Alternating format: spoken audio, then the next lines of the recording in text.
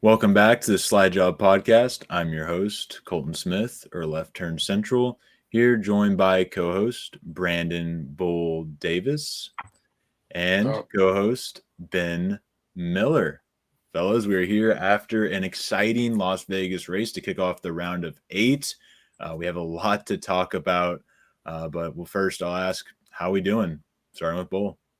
doing pretty good, man. Went to the pumpkin patch today, and then drove down to mom and dad's house. So down here for a couple days, watched some football and some NASCAR with dad, and had a good time. Ben? Sounds like a fun weekend. Yeah, I'm doing good. Overall, good weekend. Got to go out to the bar with my brother down at Shiners in Newport. Had a good time. And also went to Dickman's today to watch the Bengals play the Packers. Another loss, unfortunately, but Joe Flacco played great. And outside of that, got to watch a little bit of NASCAR, not too much because, of course, the Bengals got in my way. But yeah, overall great. It was a good weekend. What about you, Colton? Pretty good weekend for myself as well. We're planning for a little get together here, so just been working on that, playing a lot of NASCAR 25 as well. Of course, been streaming on here and starting a career mode series. So if you guys are interested in that, be sure to check that out. I think our my next stream will be Tuesday at about 7. So come around for that. That'll be a multiplayer stream. So if you guys want to hop on, play some multiplayer, it'll be on Xbox. But you see yourself on the stream, hang out, all that fun stuff. So that's what I've been up to. But let's go ahead and get into this Las Vegas race. It all started in stage 1, where Chase Briscoe took control of the lead out of the restart and led until green flag pit stops, where a slow pit stop would mire him back a couple spots. That would hand over the lead to William Byron. Byron would lead for the rest of the stage, even after a devastating tire failure to Ryan Blaney, who essentially now has to win to make it into the Final Four. Anyways, Byron would lead going into stage 2, but the 19, he had worked his way back up in that second row, made some aggressive moves, and ended up making a very aggressive move, pushing the 24 with all his might to the point that the 24 went sideways and made an absolutely incredible save of the car. I mean, he saw his race flash before his eyes. And unfortunately, it wouldn't be the last time, but at least he was able to make that save. But that would hand over the lead to Kyle Larson, who would hold the lead throughout the end or to the end of the stage. In that stage, Chase Elliott, a playoff driver, would run top 5 and top 10 until he had an uncontrolled tire penalty. He was never heard from again. Going into stage 3, the real favorites were the 5 of Kyle Larson, who led most of that stage, the 19 of Briscoe, who had shown speed throughout, the 24 of William Byron, who showed some really fast speed for sure, and then the 45, who had kind of come out of nowhere and thrown his hat in the ring, finishing second in that stage. Larson, however, would maintain the lead throughout most of stage 3. Green flag pit stops come around, and guess what? The 24 finds his way back into the lead, and that looked like where we were headed for the rest of the race, but the 24 was perhaps a little too fast, because about 36 to go, he got a little loose, looking like a little NASCAR 25, and that would give the lead back to the 5 of Kyle Larson, putting him back in the catbird seat. And then there, it looked like maybe we were going to settle in, and this would be how the rest of the race would look. Then Ty Dillon reminded everyone that he existed, pitting right in front of William Byron. I don't know, maybe I saw a different video, but didn't look like there was any indication out of his window. Appeared to be no indication from the spotter to Byron's spotter. And this would cause a really kind of scary crash, a really, really violent crash, and cause the end of what was a very promising day for the 24 team. Byron kind of just took it as he has most of his career when stuff like this happens. Didn't really have too much emotion. But this would cause a shift in strategy. We'll talk about the 24 in a bit, but going back to the race, we would see Chase Briscoe, Joey Logano, and Brad Keselowski take 2 tires. I had a panic attack because Joey Logano on 2 tires. Oh no. In the playoffs in the round of 8, of course. But there would actually be another wreck right off the restart amongst mostly non-playoff drivers. I think Bell was somewhat involved. Didn't affect him. He finished third. But I know the 88 and the 54 were the two main ones in that one. There was somebody else involved that's not coming to mind. But that wreck would give us another restart. Now, the 6 would lost a couple of spots off of that, but the 19 and the 22 were still on the front row. The 48, who had looked really, really fast actually throughout State Street, probably the fastest car in State Street. I mean, he was blistering fast, had worked his way up into 4th before all these cautions came out. The 5 and the 11 were all on 4 tires. Briscoe would control the lead out of the restart. The 48 of Bowman actually would control the fresh tire cars, and he would follow Logano into turn 3.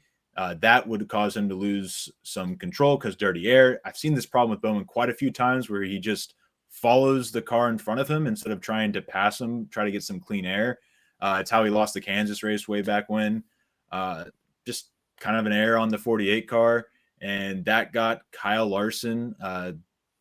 He began his charge for the lead, got around the 22, but then the 11 of Denny Hamlin came at a much faster pace, and we saw the 11 and the 5 battle it out. The 19 was starting to cheer.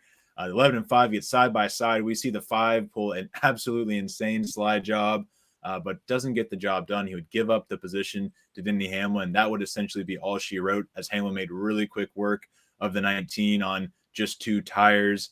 And the 11 of Denny Hamlin would win at Las Vegas, getting his 60th win of his career, and more importantly, punching his ticket into the Final Four.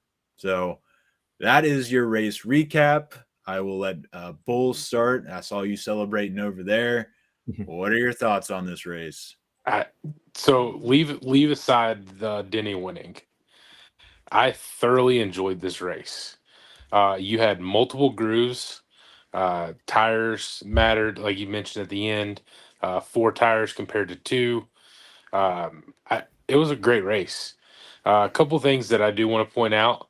Point out a couple drivers not in the playoffs. Start with the 45 of Tyler Reddick. They're in stage 2 when he found that high line up against the wall. He was the fastest car on the track. He came out of nowhere and was picking them up and putting them down pretty quick. And then another one, a guy that we've talked about, the 8 of Kyle Busch. He put together a great race. He struggled in the very beginning. They kept making adjustments and then ended up with an 8th or a 9th place finish.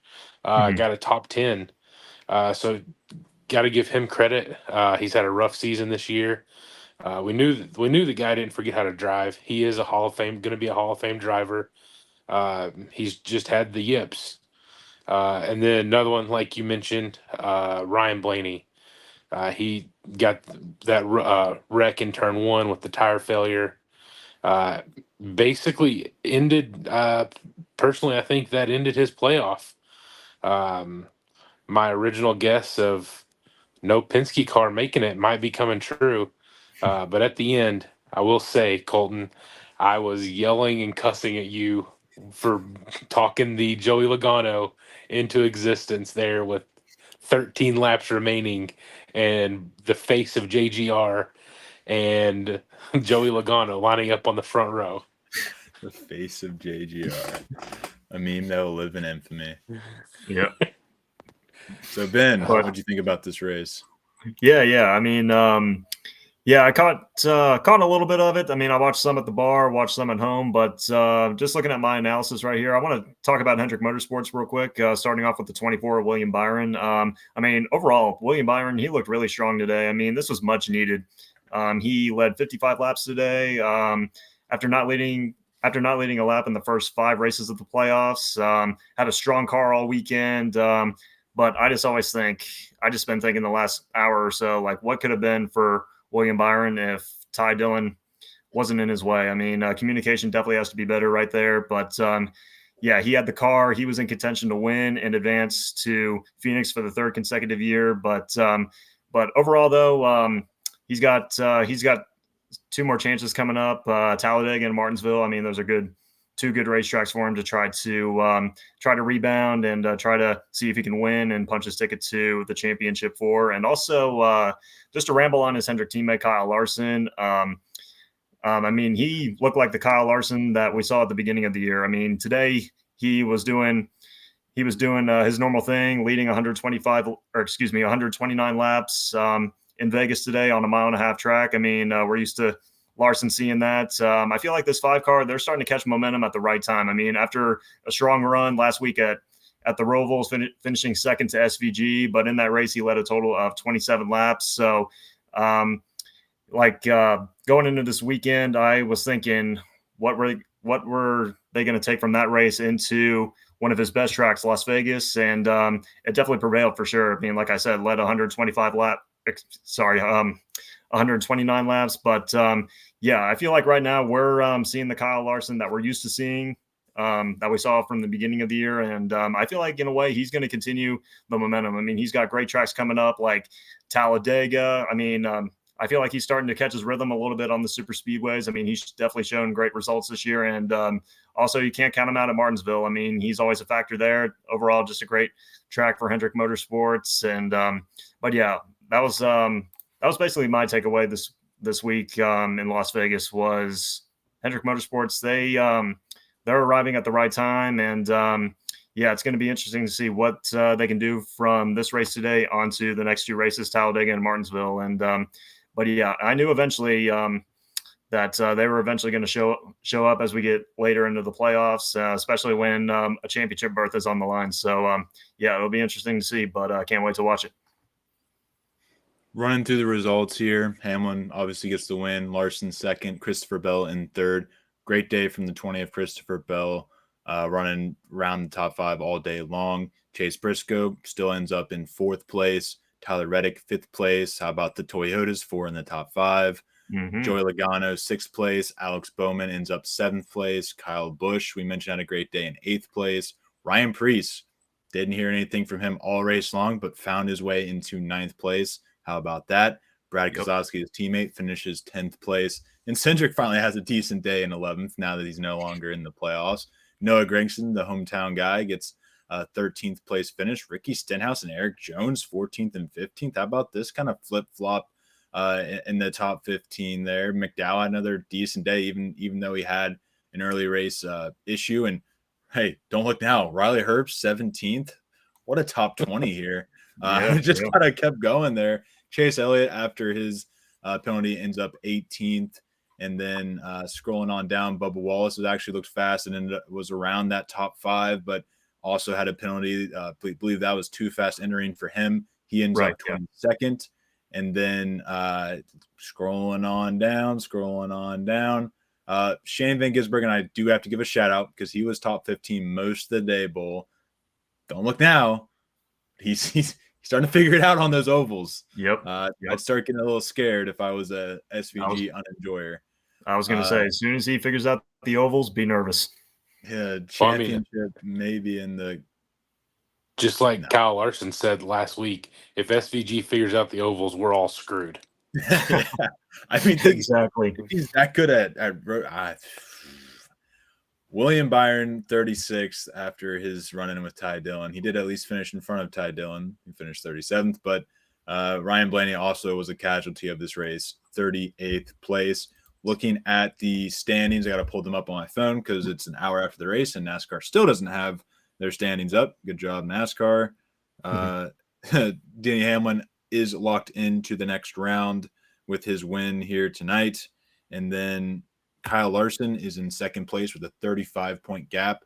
If I'm Kyle Larson, I don't think that gap is safe because we're going to Talladega, but that's the kind of gap I want going into Talladega. That's the mulligan I want to have going into Dega. And hopefully he's hoping to get some stage points or whatnot to keep that gap, and whatever happens. But definitely where Larson wants to be in going into Talladega. Christopher Bell, a 20-point gap to the cut line, and then Chase Briscoe, 15 points above the cut line. William Byron is on the other end of that, 15 points behind. Even despite the 38th place finish, he had 17 points, I think, throughout the stages. That saves his potential. He still could point his way in, especially with Talladega coming up. Anything can happen. He's a good super speedway driver, so he still can point his way in. Would have been a lot easier if he could have just finished in the top 10, but You can't, beggars aren't choosers, I suppose. And then Chase Elliott is 23 points behind. I would say it's also possible it has happened before where a driver has come back down 23. It'll take some stage wins. It'll take great finishes at both those tracks. Preferably just a win, especially at Martinsville. Please, it's coming up. Come on, Grace. I've been kind of asking. I've been kind of just like subtly asking you, but we're kind of here now. So let's just get that Martinsville win and call it a day. Joe Logano is also well in range with 24. We know he'll find some bullshit stuff to do it, and maybe even just win at Talladega. Why not? And then Ryan Blaney, 31 points out. I would also argue that you can, in theory, get back in, but a lot of things have to go your way. So let's just go ahead and say that Ryan Blaney is in a win in your in situation. So that turns us, we'll talk a little bit more about all in all the next two races in Friday's episode, but you're looking at those standings. What stands out to you, starting with Ben? Yeah, I mean, just looking at the bottom right here, just looking at the two Penske drivers, Joey Logano and Ryan Blaney. I mean, despite Logano finishing sixth, I mean, it was kind of like a rough day for him. I mean, definitely a rough day for Ryan Blaney. But, yeah, these guys are definitely in must-win situations. And you know how the Penske cars, they're really strong at they've been really strong at the super speedways this year. I mean, Ryan Blaney, obviously a three-time winner at Talladega. Obviously, he won at Daytona earlier this year. And yeah, I definitely expect those guys to be factors on Sunday, or factors next Sunday. But yeah, I feel like, I mean, just looking at William Byron, like I said, I mean, what could have been if Ty Dillon didn't get in his way? I mean, communication has to be better. But yeah, I feel like with Byron sitting fifth below the cut line, I definitely expect him to be a factor next week at Talladega. I mean, like you mentioned, Colton, he's a great super speedway racer. And yeah, I feel like, yeah, he's definitely going to be a factor next Sunday because when you look at Byron, I mean, two-time Daytona 500 winner. I mean, he's always up front, always in contention to get these stages, putting together great finishes at super speedways. And he's been great in the fall races at Talladega. So I feel like in a way, he's definitely going to be a factor for sure. But yeah, those are some drivers that stand out to me after the race in Las Vegas. Well, The last episode we recorded, we mentioned two drivers that were very good on super speedways, Ryan Blaney and Austin Cindric. We're going to one next Sunday, boys. And Blaney, as you mentioned, is in a must-win situation. The next two tracks, very good for him.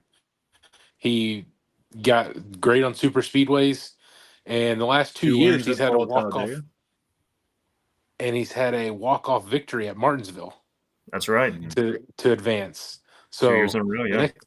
The next 2 weeks is very big for Ryan Blaney. And honestly, I'm interested to see how that plays out, and I can't wait to watch. Yeah. Logano, on the other hand, he can, well, keep it PG friendly. I'm glad he's below. But Ryan Blaney is the one that I'm interested in watching the next couple of weeks, and can't see how that plays out.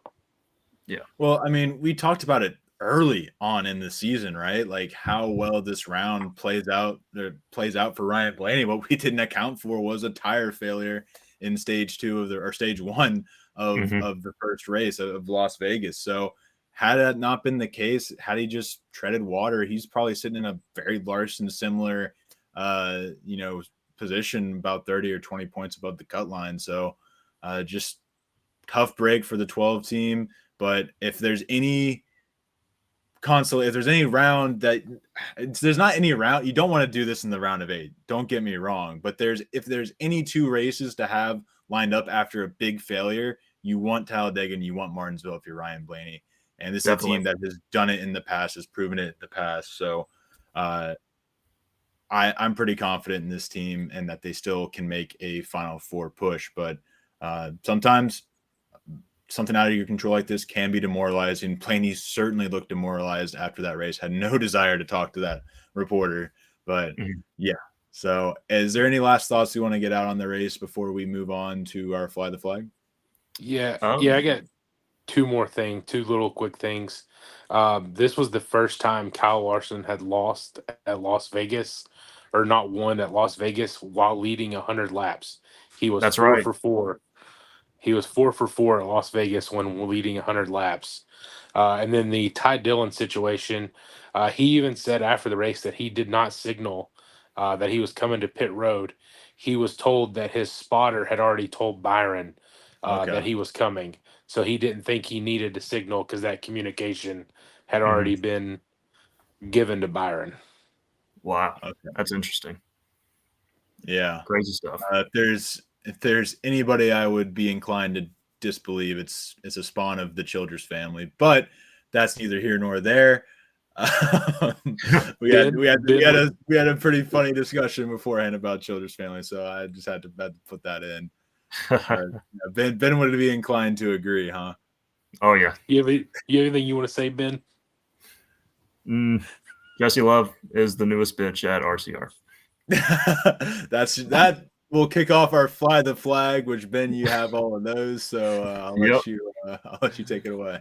Yep.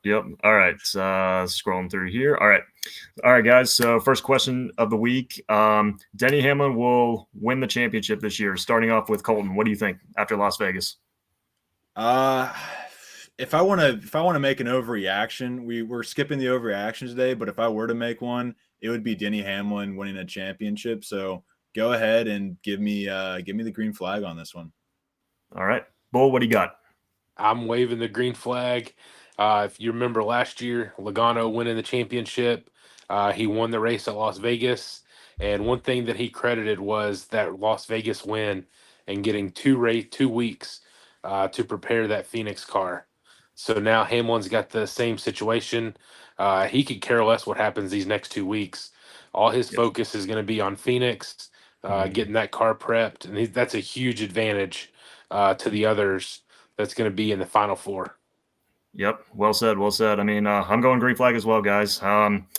Yeah, I feel like Hamlin, he's arguably been the best driver this year. And I mean, he's obviously due for a championship. And I feel like with this win, he's definitely going to have more time. JGR is going to have more time to prepare for Phoenix. And also, interesting fact that I saw this week. So going into this Las Vegas race this week, the driver who's won the opening race of the round of 8, 5 of the last 8 years, they've gone on to win the championship. So something to keep an eye on. Let's moving on to our second fly the flag. The 4 above the cut line will remain the same 4. Colton, what do you got? I'm gonna go red flag. I think with Talladega coming up, there's no way in good conscience I could even give it a yellow. I think somebody's going to have something unfortunate happen to them, like Blaney. I can't tell you who. I mean, Hamlin's obviously not going anywhere, but Larson obviously has some issues with Dega. But like I said, he's got a pretty good cushion, so that then turns to the 20 or the 19. Bell has a win on super speedways, has looked better on super speedways this year, but who's to say he doesn't have a dud? Briscoe is kind of hit or miss on the super speedways, so not bad by any stretch, but definitely 2 drivers that are at risk. And Briscoe isn't necessarily notably good at Martinsville. Not that I wouldn't be shocked if they figured out and won the race, but yeah, I think those 2 could definitely fall out of the final 4 before the end of the next 2 races. But if I had to guess one, it'd probably be Chase Briscoe. All right, Bull, what do you got? I want to go green flag. Reason being is there's such a big gap for the guys below the cut line. If it was 1, 2, even 5 points, it'd probably be different. But there's such a big gap currently. I'm going to go yellow flag, though, just because we're going to Talladega. If we wasn't going to Talladega, I would go green. But since that's where we're going, I'm going to go yellow because we're likely to have the big one. You could even be in the back riding around, trying to stay out of trouble, and then still wind up in trouble when the big one happens. So just for that, I'm going to go yellow flag. Gotcha. Yeah, for myself, I'm going red flag on this one. I mean, just looking at the next 2 races, Talladega and Martinsville. I mean, starting off with Talladega first. I mean, I feel like Logano and Blaney, they're going to come in really strong heading into Dega next week. I mean, obviously they've been really strong at the super speedway tracks this year, like at Daytona. and Atlanta. So I know that they're definitely going to be really strong this race this weekend. Excuse me, but yeah, I definitely think that the same four, they're not going to remain the same. So I definitely think we're going to have a different winner in these next two races below the cut line. But last but not least, is Hendrick Motorsports back after this race in Las Vegas? Colton, what do you think? I'm gonna go red flag. I think speed wise they definitely showed it, but there's more to being back than speed. It's where you finish. And Chase Elliott 20 or 18th, Byron, we know where he ended up. So sure, speed wise they looked back, but they got to get the finishing results for me to say they're back. And as of right now, Larson's the only one that appears to be making a Final Four appearance. So they got to do a little more for me to say they're back. Gotcha. Bull, what do you got? I'm gonna go red flag as well. Colton pretty much summed it up. It takes a team to win a championship, not just the driver. So all the little things play into it. Pit road, making mistakes on pit road, changing tires, loose wheels is what happened to Elliott today. All these little things pile up, and like I said, it takes a team to win the championship. You can't just rely on the driver. I'm gonna go red flag until they get some of these little mistakes cleaned up. I think that's what's gonna hurt them in the long run. Gotcha. Yeah, I mean, I was going back and forth on this one, but I'm actually going to go green flag on this question. I mean, just looking back at the Roval, I mean, Kyle Larson, he definitely looks strong, leading 27 laps and finishing second to Shane Van Gisbergen. And also today, he dominated the race, didn't get the win, but he looked really strong out there. And Byron looked strong, of course, but I feel like Hendrick, they're starting to catch the rhythm a little bit as we head into the end of the season, excuse me. But yeah, I feel like when it's crunch time, those guys, the 24 and the 5 specifically, they're waking up a little bit, and yeah, they're fighting to clinch a championship 4 berths. But yeah, I feel like in a way they're definitely catching their momentum at the right time. Yep. And that'll do it for our Fly the Flag. We'll go ahead and move along to our power rankings. I'll go ahead and start with mine. At the 5th spot, I actually have Tyler Reddick because he had a really fast car, kind of has the weight off his shoulders, and just out there racing. So I put him at my number 5 spot. I feel like it's kind of hard for me to put anybody below the cut line into this power rankings. Like I want to put Byron after he just had that terrible wreck. He definitely would have been on there had he finished. What do I want to put Blaney or Elliott after their issues? Like I guess in theory I could stick Logano in there, finding his way into 6th place, but that didn't really feel right. So give me the 45. He was really the best non-playoff driver throughout the day, so I'll put him in my 5th spot. Christopher Bell, I got him at the 4 spot. He finished 3rd. He was really quiet most of the race. I'm not sure he really ever competed for the lead much, but that's not necessarily what he had to do today. He had a fast car. He ran around the top 5, finished 3rd. That's all you can ask. That's great. The 19 had a fast car to start, kind of trailed off a little bit, but had a chance to win the race at the end of the race. Didn't get the job done, but tried something new and still finished 4th place at the end of the day. So I give him credit for that. I put him in the 3rd spot of my power rankings. Kyle Larson is the number 5, is in 2nd place for me on my power rankings. He finished 2nd today. He had a fast car. He led the most laps, but just didn't get the job done. The driver who did get the job done and is currently in the playoffs is Denny Hamlin, and he is at the top of my power rankings. I think that's enough said. But Bull, I'll let you take the next one. I'm gonna start number 5. Give me the 19 car. I'm gonna start him at number 5. Kind of like you mentioned, he's had a great run. I would like to see. I can't wait to see what they do next year with a full season. It took them half a season to find their groove, find the speed. But number 4, I'm gonna put the Ryan Blaney. Yes, he did have the tire issue today, but before today, he's had a great run. I did move him down a little bit. but I can't take him out of my top 5 just based off of having a tire failure today. Number 3, give me Christopher Bell. Like you mentioned earlier, ran around all the top 5 today, top 10. Ended up with a top 5 finish, and he's currently above the cut line, looking to lock his way into the championship 4. Number 2, give me Kyle Larson. 5 car, led 128 laps today. Had a really fast car, ended up with a second place finish.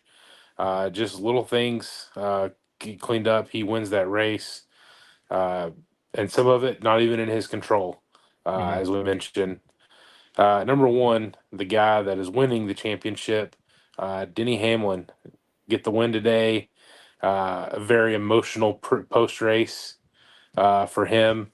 It wasn't the traditional Denny Hamlin interview you get, but I got Denny Hamlin at my number 1 spot. All right. Ben, what about you? All right. So starting off at number 5 this week, gentlemen, I got the 12 car of Ryan Blaney. Obviously he finished 38th in Las Vegas today, blew a right front tire in turns 3 and 4 in stage 1. Took him out of contention basically to get some stage points. Now he's in a must-win situation, but on a positive note for driver 12, he's got 2 great tracks coming up like Talladega, Mr. Super Speedway, and Martinsville. He's been in these situations the last 2 years. He's built for these types of moments, these must-win situations, and I feel like in these next 2 races, his season's on the line, and he's going to show up really strong in these next 2 races as we go into Talladega and Martinsville. So I'm not counting out driver number 12 just yet. So Ryan Blaney at number 5. And number 4, I got our winner in Las Vegas, Denny Hamlin, getting his 6th win of the season, advancing to the championship 4 to get that elusive first championship. And also with this win, it is the 60th win of his career, tying Kevin Harvick for 10th on the all-time win list. Overall, great weekend for Denny Hamlin. He started on the pole, showed great speed throughout the race, earned a lot of stage points, and he has 2 extra weeks to prepare for Phoenix to see if he can try to get that elusive first championship. So, yeah, I got driver 11 at number 4. Moving on to number 3, I got Kyle Larson. He had a strong car today, led 129 laps. Didn't get the win, unfortunately, but right now he's looking like the Kyle Larson that we saw at the beginning of the year.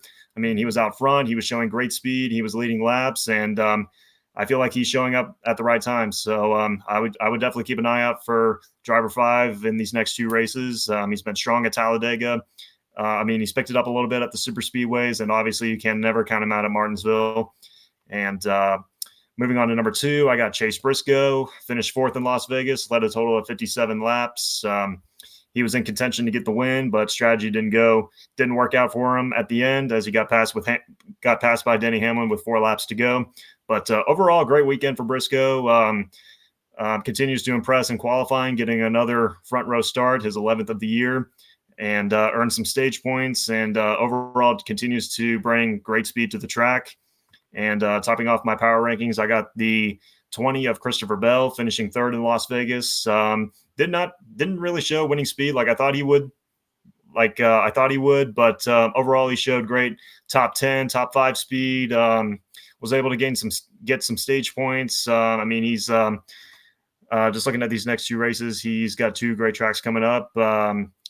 Talladega necessarily hasn't been his best track though, but you have to remember he won at Atlanta earlier this year, another super speedway race, and Martinsville has always been a good track for him. Always a great short track racer. Arguably the best short track racer this year. So definitely, I would definitely keep an eye on driver number 20. He's continuing the momentum, and I feel like he's definitely going to be a factor in these next 2 weeks to see if he can try to get a win and punch his ticket to Phoenix. So yeah, that tops off my top 5 power rankings after Las Vegas. All right. Interesting. So I think that's pretty much all we got for today. Is there anything you guys want to bring up or add before we end the show? You're laughing over there. Well, what's so funny? I'm good, Colton. Ben, you got anything? No. Overall, it's definitely going to be fun to watch Talladega and Martinsville. These next 2 races are definitely going to be fun to see who's going to advance to Phoenix. But yeah, overall, just looking forward to it. And yeah, that's pretty much all I got. Yeah, it's gonna be a fun last couple of weeks here, wrapping up the season. I was starting to think about it the other day because for Phoenix, aren't they going to have that tire compound they brought to as the soft compound to the first race here?